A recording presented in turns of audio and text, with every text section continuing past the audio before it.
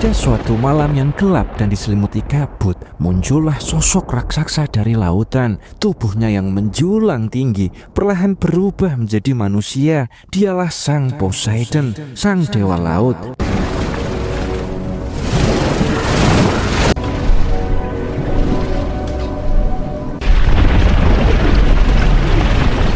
Dia berjalan ke atas mimbar tinggi untuk bertemu saudaranya, Sang Zeus, sang dewa petir.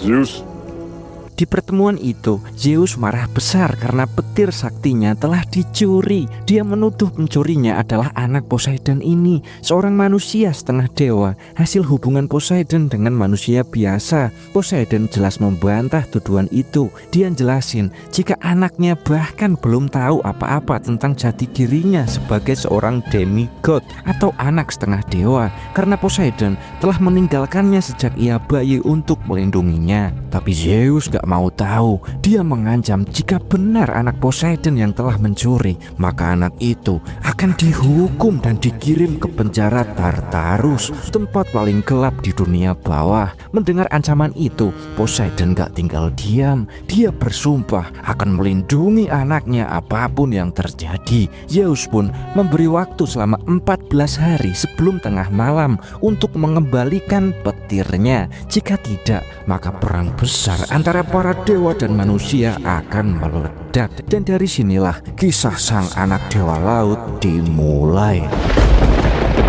Beralih ke dunia manusia, hari itu di sebuah SMA terdapat seorang siswa bernama Percy Jackson. Dia tengah menyelam di kolam renang sekolah dan dia bisa bertahan di dasar air selama 7 menit tanpa kesulitan. And he's alive. 7 minutes. Temannya pun yang bernama Grover kagum melihat kemampuan Percy yang luar biasa itu. Mereka berdua lalu kembali ke kelas untuk mengikuti pelajaran. Would someone please explain what Shakespeare was trying to Di tengah pelajaran itu, guru mereka, si Budesi ini, memberikan pertanyaan kepada Percy. Tapi Percy kesulitan menjawab karena disleksia atau gangguan belajar yang dideritanya kambuh. Tulisan di papan tulis tampak bergerak dan acak baginya. Selain disleksia, Percy juga memiliki atau mengidap attention deficit hyperactivity disorder yang membuatnya sulit fokus dan sering bertindak impulsif. Setelah itu Percy pun pulang ke rumahnya. Di sana dia menceritakan semua keluhannya kepada sang ibu yang bernama Sally Jackson ini. Dia merasa frustasi dengan kondisinya di sekolah. Really? When? No. Maybe it's the ADHD. Where's my beer? Ayah tiri Percy yang bernama Gap datang dan memerintah Sally dengan kasar. Gap berbicara dengan nada tinggi dan menuntut semena-mena kepada Sally. Percy yang kesal melihat ibunya diperlakukan semena-mena, hampir kehilangan kendali, tapi ibunya menahannya. Ibunya berkata jika dia bertahan hidup bersama Gap demi melindungi Percy semata, meskipun gak dijelasin melindunginya dari apa. Esok hari pun tiba. Sekolah Percy mengadakan kunjungan ke museum sejarah Yunani kuno. Sebelum masuk, Percy mendengar bisikan aneh yang mencoba memanggil namanya dan berkata, "Semua akan segera berubah." Di dalam museum itu, sang guru sejarah mereka menjelaskan tentang para dewa Olympus. Dia bercerita jika ada 3 dewa bersaudara yang paling kuat. Yang pertama Zeus, sang penguasa langit. Yang kedua Poseidon, sang penguasa lautan. Dan yang ketiga adalah Hades, penguasa dunia bawah. Sang guru mereka juga jelasin jika para dewa itu terkadang turun ke dunia manusia ini dan menjalin hubungan dengan manusia biasa. Anak-anak hasil hubungan itu dikenal sebagai demigod atau manusia setengah dewa, makhluk yang mewarisi kekuatan luar biasa dari darah ilahi para dewa. Dan tanpa Percy sadari, salah satu dari demigod itu adalah dirinya sendiri. Mengapa demikian? Kita akan melihatnya nanti. Correct. Percy. Budesi memanggil Percy untuk berbicara empat mata. Mereka masuk ke dalam ruangan yang sepi dan gelap. Tapi tiba-tiba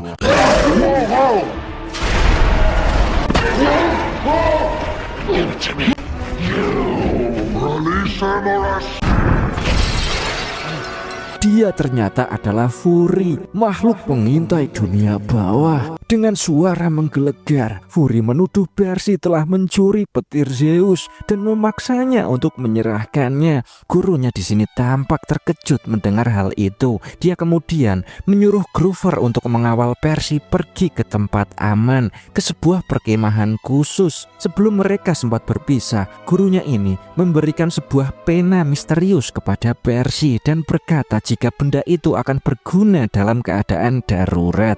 Look, man, what's going on? Look, don't trust it.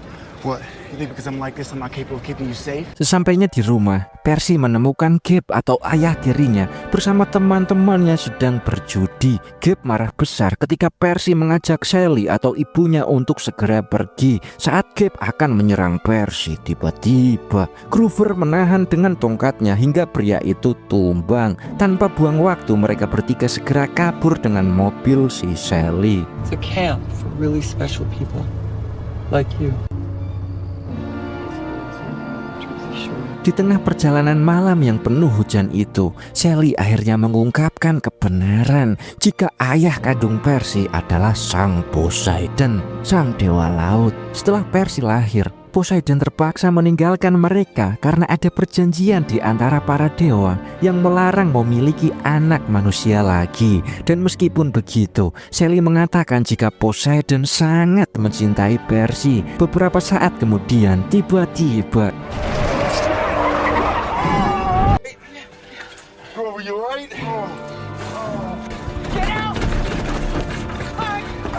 kaki Groover ternyata berbulu dan bercabang seperti kambing. Barulah dia sadar jika Groover bukan manusia biasa, melainkan makhluk setengah kambing atau satir. Tapi dari kejauhan terdengar raungan keras. Sebuah makhluk raksasa bertanduk sedang berlari ke arah mereka. Itu adalah Minotaur, monster buas dari dunia bawah. Mereka segera berlari ke dalam hutan, berusaha mencapai gerbang perkemahan para demigod. Groover dan Percy berhasil masuk, tapi Sally tubuhnya terhalang oleh batas magis yang cuma bisa dilewati oleh makhluk setengah dewa. Tapi dalam sekejap, Minotaur menangkap Sally dan tubuhnya menghilang menjadi cahaya debu. Percy pun marah dan menyerang monster itu, dan dengan sisa tenaga Percy!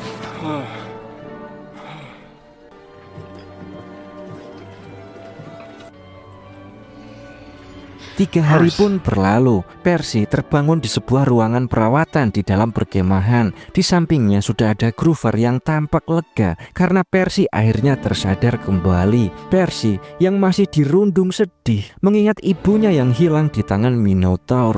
Groover segera meminta maaf karena telah gagal melindunginya. Groover jelasin jika dia adalah satir yang ditugaskan untuk melindungi para manusia setengah dewa, dan dia masih pelindung tingkat junior yang ditandai dengan tanduknya yang belum tumbuh secara sempurna. Mereka pun kemudian keluar ruangan dan Percy terkagum melihat pemandangan perkemahan yang luas nan indah.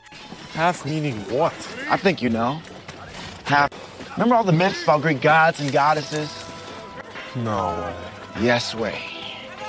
Yep. Dipenuhi para anak setengah dewa yang sedang berlatih. Groover jelasin jika tempat itu adalah perkemahan setengah darah, perkemahan khusus bagi manusia setengah dewa untuk belajar mengendalikan kekuatan mereka. Percy awalnya nggak percaya jika dirinya adalah salah satu dari mereka. Dia jelasin nggak mungkin bisa menjadi hebat karena dia menderita disleksia dan gangguan-gangguan lainnya. Tapi Groover jelasin jika justru semua itu bukanlah bukanlah kelemahan, melainkan anugerah. Disleksia membuat otaknya dirancang untuk membaca huruf Yunani kuno dan memberinya refleks cepat dalam pertempuran. Di sana, Percy terpukau melihat sosok Annabeth. Dia merupakan anak dari sang dewi Athena. Dari kejauhan, Annabeth menatap Percy dengan penasaran. Gak lama kemudian, Percy juga bertemu kembali dengan Mr. Brunner atau guru sejarahnya itu. Wait a minute. Is that Mr. Brunner? I'm known as Chiron. Yang kini menampakkan wujud aslinya sebagai Centaurus, setengah manusia, setengah kuda. Ternyata selama ini Mr. Brunner hanya menyamar sebagai manusia yang duduk di kursi roda di dunia sekolahan. Gurunya itu yang kini memperkenalkan diri sebagai Chiron, pelatih para demigod, mengajak Percy masuk ke sebuah rumah besar di tepi bukit. Chiron menjelaskan jika rumah itu dulu dibangun oleh Poseidon, ayah Percy sendiri. Karena terkejut dan penuh tanda tanya, Percy akhirnya memberanikan diri untuk bertanya, Kenapa selama ini gak ada yang memberitahuku jika ayahku adalah dewa Poseidon? Mr. Brunner atau Chiron dengan tenang jelasin jika semua rahasia itu disembunyikan demi keselamatan Percy sendiri. Dia mengatakan jika sangat jarang ada anak yang dilahirkan dari 3 dewa terkuat, yaitu Zeus, Poseidon, dan Hades. Anak-anak dari mereka biasanya memiliki kekuatan yang luar biasa, tapi juga dianggap berbahaya bagi keseimbangan dunia para dewa di sana. Sebagai keturunan Poseidon, Percy memiliki potensi kekuatan yang luar biasa, dan hal itu membuat Zeus serta Hades menganggapnya sebagai ancaman. Dan karena itulah ibunya Percy menikah dengan Geb yang memiliki bau tubuh yang sangat menyengat, bukan karena cinta, melainkan agar bau manusia itu bisa menyamarkan aroma darah setengah dewa yang Percy miliki, sehingga makhluk jahat gak bisa mendeteksinya. The end of life, you know it. Problem, all right? Not mine. This is about your world, not mine. Ow, God. How do you guys wear this stuff?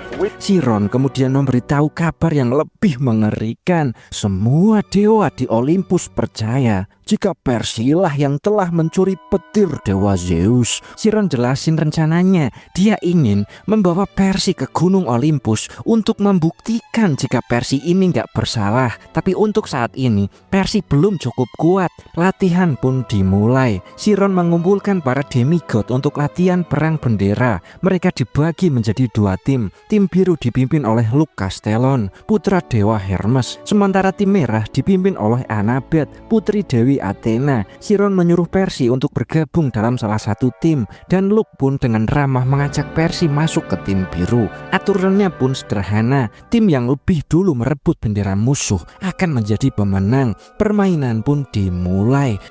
Percy, I know where the flag's at. Come on.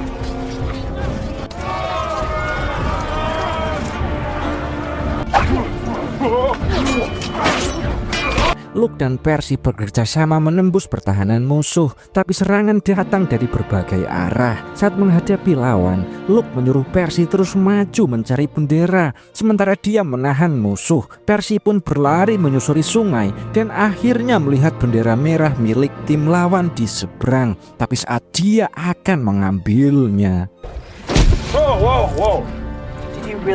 Annabeth muncul dari balik pepohonan. Mereka berdua pun bertarung, tapi gerakan Percy masih sangat lambat. Pedang Annabeth mengenai tubuhnya, membuatnya jatuh tersungkur. Okay, Chiron. Annabeth dan tim merah bersorak gembira melihat Percy tumbang itu. Tapi tiba-tiba Percy mendengar suara bisikan aneh di kepalanya yang menyuruhnya mendekati air, karena air akan memberinya kekuatan. Dengan lemah, Percy pun merangkak menuju sungai dan menyentuhkan tangannya ke air. Seketika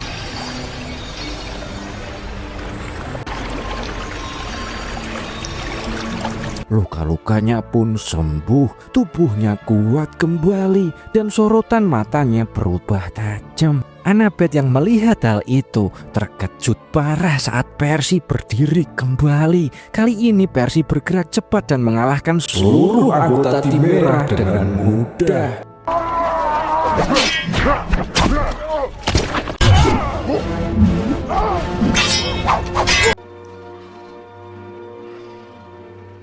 Seketika, semua orang terpana melihat kekuatan air yang mengalir dalam diri Percy. Bukti jika dia adalah benar-benar putra sang dewa Poseidon. Malam hari pun tiba. Saat makan malam di perkemahan, Annabeth mendatangi Percy dan meminta maaf karena telah terlalu keras padanya. Dia jelasin jika pertarungan tadi cumalah ujian untuk mengukur kemampuan putra sang Poseidon ini. Percy pun telah memaafkannya. Tapi suasana tenang itu tiba-tiba berubah ketika api unggun di tengah aula menyala dengan besar. Dengan tiba-tiba muncullah sosok Hades, sang dewa dunia bawah.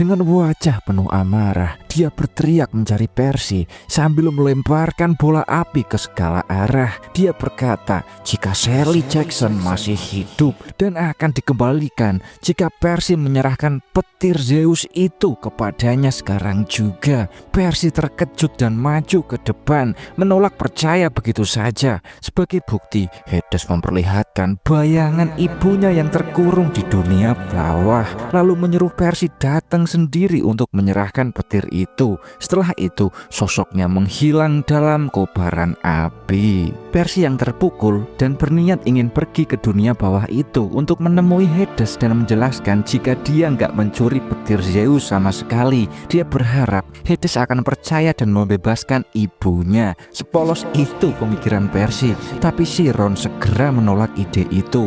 Dia jelasin jika Hades nggak bisa dipercaya dan kemungkinan besar Percy akan dibunuh ketika begitu tiba di sana. Chiron meyakinkan Percy agar tetap berpegang pada rencana awal, yaitu menemui Zeus di Olympus dulu untuk membuktikan jika dia nggak bersalah. Going somewhere?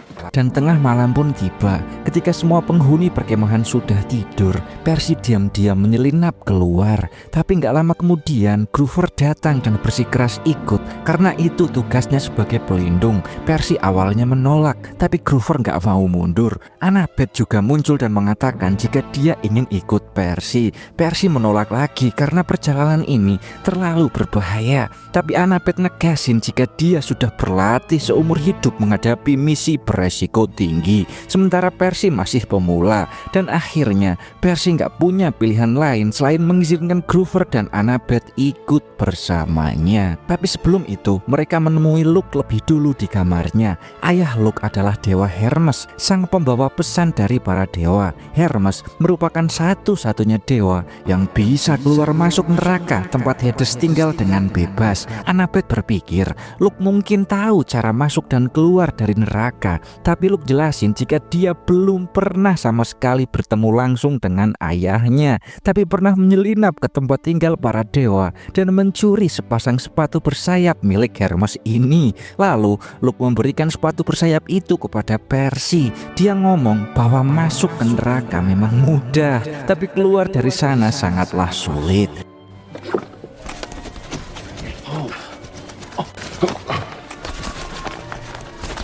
I've gone to the underworld before without having to be dead. These pearls. Persephone?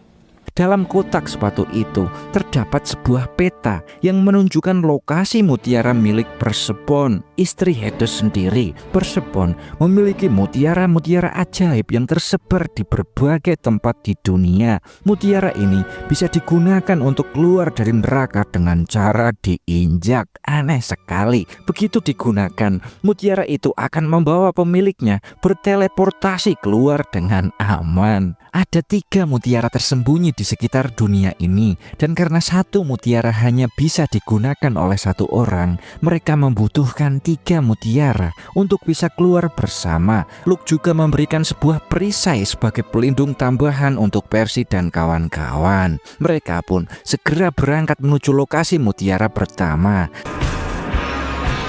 This place definitely needs an extreme makeover. Sesampainya di sana, tempat itu dipenuhi dengan patung-patung batu, namun tak terlihat seorang pun yang menjaganya. Annabeth sempat mengambil beberapa koin emas Yunani kuno dari kolam sebelum mereka berpencar mencari mutiara. Tapi tiba-tiba muncullah seorang wanita misterius yang menyuruh Annabeth untuk segera pergi. Sementara itu, Grover menemukan patung yang sangat mirip dengan pamannya yang dulu tewas karena dibunuh Medusa. Menyadari sesuatu, Grover langsung berteriak memanggil Percy dan Annabeth, dan Grover menyadari jika saat ini mereka berada di sarang Medusa, wanita berambut ular yang bisa merubah makhluk hidup menjadi patung. Dan di sisi lain, Annabeth berhadapan langsung dengan wanita berkacamata hitam yang tidak lain tidak bukan itu adalah Medusa.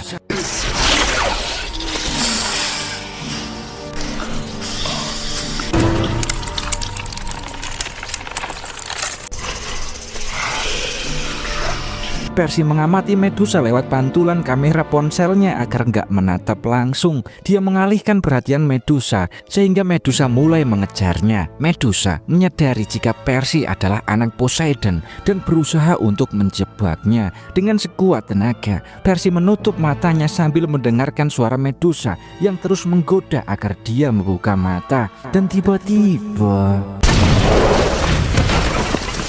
I'm okay.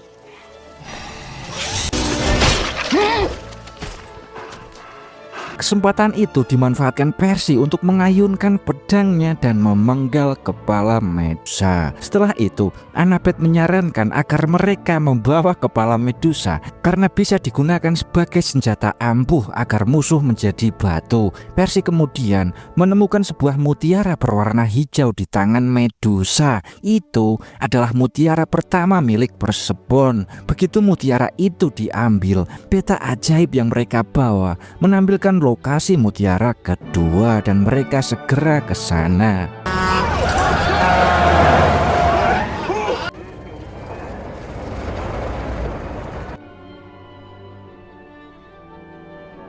Mereka memutuskan untuk menginap di sebuah hotel karena Grover sudah kelelahan. Saat di penginapan, Percy melihat luka di pergelangan tangan Annabeth. Dia mencoba menyembuhkannya dengan air dan luka itu perlahan menghilang. Percy lalu bertanya, mengapa mereka nggak bertemu dengan orang tua dewa mereka? Annabeth jelasin, jika Zeus telah membuat aturan agar para dewa nggak boleh menemui anak-anak mereka yang lahir dari manusia.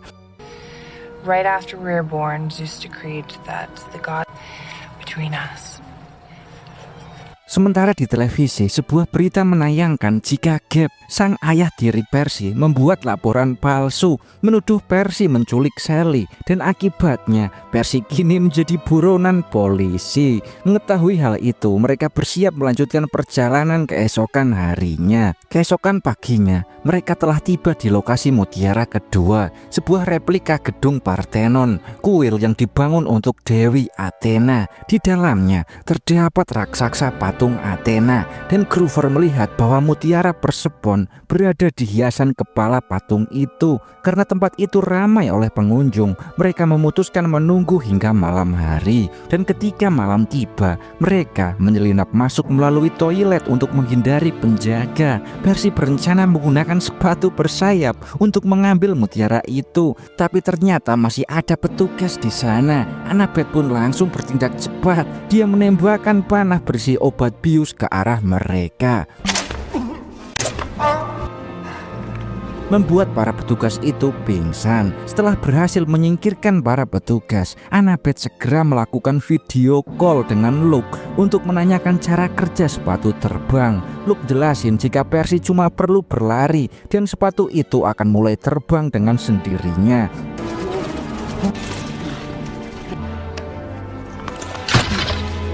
Dia berhasil mengambil mutiara kedua. berdua. Tapi naasnya para petugas kebersihan yang tadi pingsan bangun dan tiba-tiba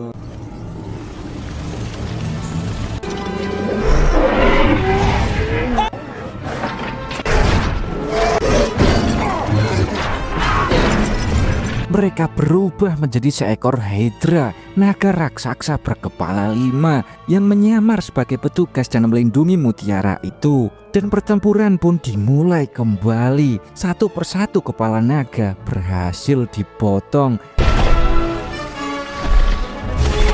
Tapi kepala yang terpenggal justru tumbuh kembali dan bertambah banyak. Annabeth langsung mengalihkan perhatian Hydra dengan busur panahnya. Sementara Percy mencari cara lain. Salah satu semburan api mengenai tangannya. Percy melihat saluran air di dekat. Dia menggunakan pikirannya dan memanggil kekuatan air.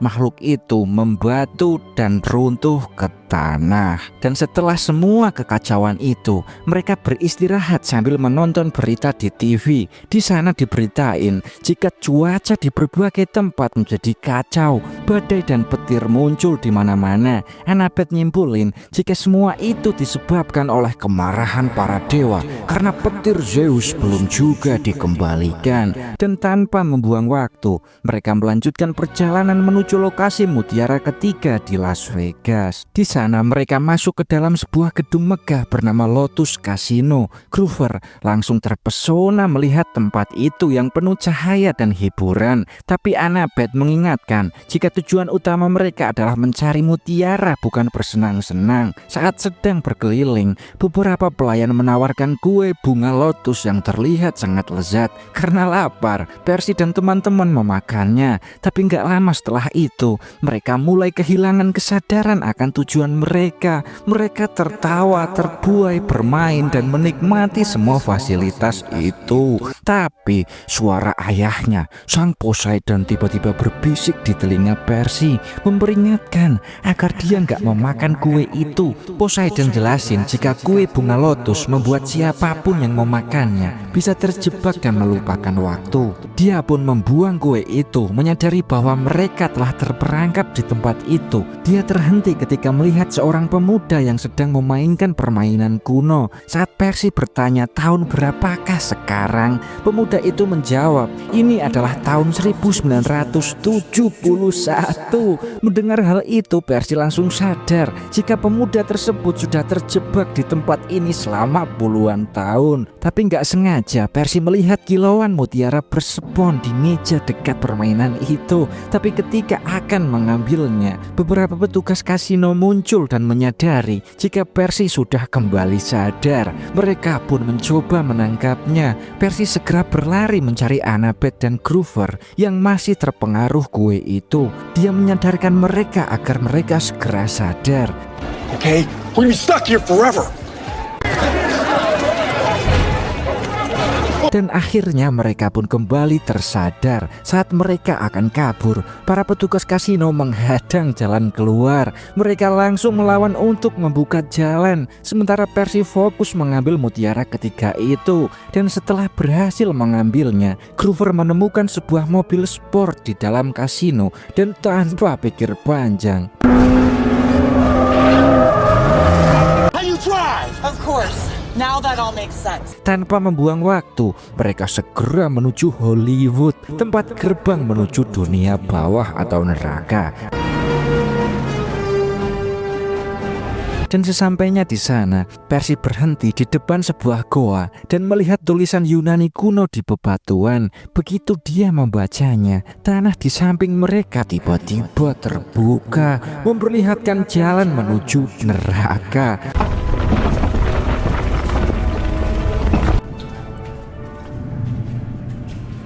Mereka pun masuk dan pintu itu menutup kembali setelah langkah terakhir mereka. Di dalam kegelapan, mereka melihat seorang pria bertudung berdiri di atas sebuah perahu hitam yang mengapung di sungai api. Percy berkata jika dia ingin menemui Hades, tapi pria itu menolak karena manusia hidup dilarang masuk ke neraka. Groover mencoba menyuapnya dengan uang kertas, tapi pria itu langsung membakarnya. Percy kemudian mengeluarkan koin emas Yunani yang dia ambil dari patung Medusa sebelumnya dan memberikan kepada pria itu. Dan kali ini sang penjaga menerima koin itu dan mempersilahkan mereka naik ke perahunya. Perahu itu melaju menyusuri sungai yang dikelilingi api dan jiwa-jiwa bergentayangan. Come to the underworld. Lost hopes and dreams. Hingga akhirnya mereka tiba di depan sebuah istana besar yang dikelilingi kobaran api neraka. Begitu mereka turun, dua anjing raksasa neraka langsung muncul dan menghadang mereka. Namun anjing-anjing itu tiba-tiba mundur setelah seorang wanita cantik berwajah tegas muncul dari balik gerbang istana. Dan wanita itu adalah Persephone, istri Hades, sang ratu neraka atau dunia bawah. Dia mengajak Percy, Annabeth dan Groover masuk ke dalam untuk menemui Hades. Di dalam sana mereka melihat seorang pria berpenampilan rapi duduk di atas singgasananya. Groover sempat ragu dan berbisik, gak percaya kalau pria itu benar-benar Hades. Tapi seketika Hades memperlihatkan wujud aslinya.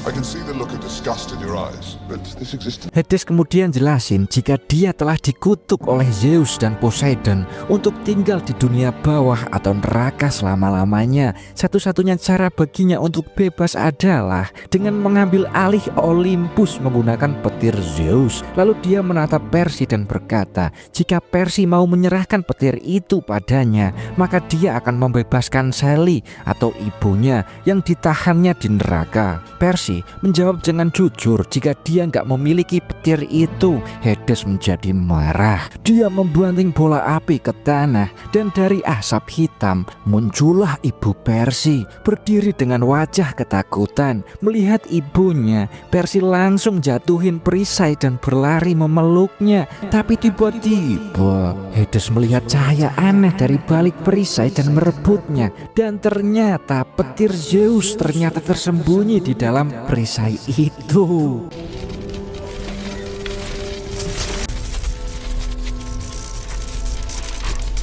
Dan semua orang pun terkejut. Mereka baru menyadari jika selama ini Luke telah menjebak mereka dengan memberikan perisai yang telah berisi petir curian tersebut. Luke yang mencuri petir Zeus itu. Konyol.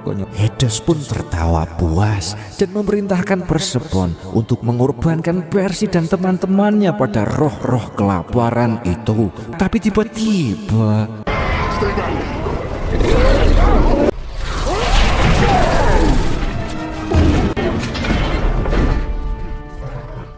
Persephone justru balik melawan dan merebut petir Zeus dari tangan Hades dan menembakkan kilatan cahaya ke arah suaminya hingga Hades pun terpental dan pingsan. Dia lalu ngomong bahwa dia sudah muak diperlakukan seperti tahanan dan gak akan membiarkan Hades keluar dari dunia bawah. Dia kemudian menyerahkan petir Zeus kepada Percy dan menyuruh mereka segera pergi sebelum Hades sadar kembali. Tapi karena cuma ada 3 mutiara untuk teleportasi, seseorang harus tetap tinggal di sana. Tanpa ragu, Groover pun menawarkan dirinya, mengatakan jika tugasnya adalah melindungi Percy dan ibunya. Dengan berat hati, Percy menerima keputusan itu. Mereka pun bertiga menginjak mutiara itu dan dalam sekejap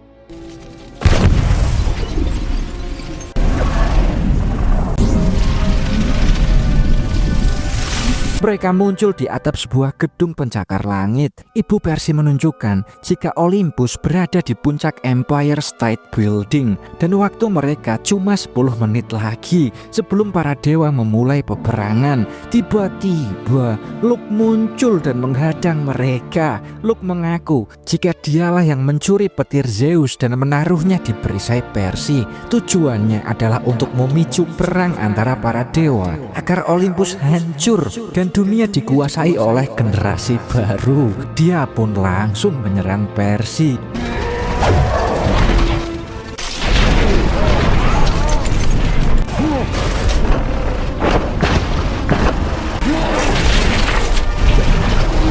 Percy berhasil merebut kembali petir Zeus. Percy kemudian kembali ke atap gedung, di mana ibunya langsung menekan tombol rahasia yang memunculkan lift ajaib menuju Olympus.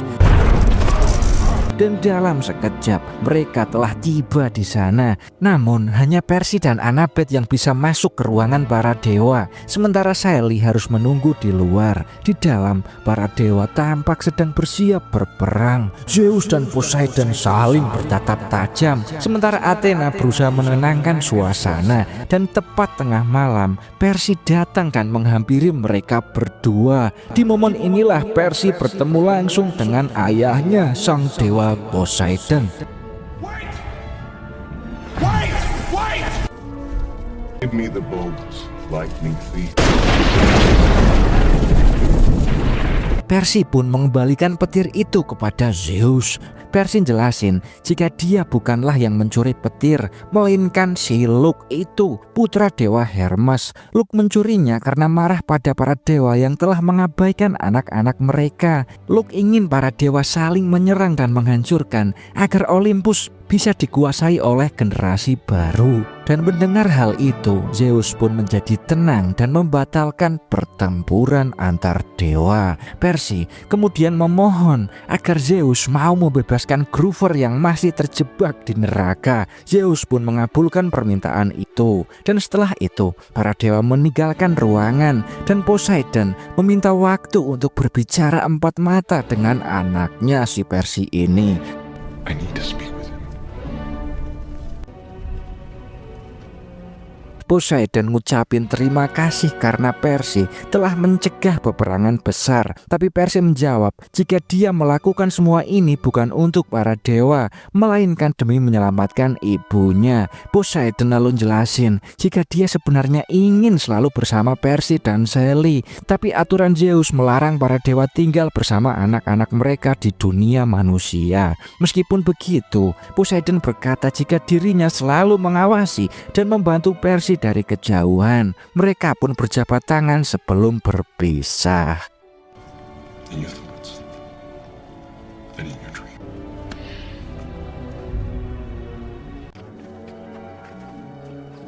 Beberapa hari pun berlalu. Kini Percy telah kembali ke perkemahan, diantar oleh ibunya. Sally mengabarkan bahwa dia telah menceraikan Gabe, yang membuat Percy merasa lega. Di perkemahan, Grover menghampirinya sambil menunjukkan tanduk kecil di kepalanya, tanda jika dia akan naik pangkat menjadi pelindung senior. Grover berterima kasih karena Percy telah memintakan pembebasannya kepada Zeus. Mereka lalu menemui Mr. Brunner yang bangga atas keberanian Percy mengikuti nalurinya. Dia menyuruh Percy berganti pakaian dan kembali berlatih. Percy pun tersenyum dan mulai berlatih pedang bersama Annabeth. Dan dengan ini film pun berakhir. Tamat sampai di sini. Terima kasih teman-teman yang sudah meluangkan waktunya untuk menonton. Terima kasih, sampai jumpa di lain video. Saya pamit undur diri. Wassalamualaikum warahmatullahi wabarakatuh.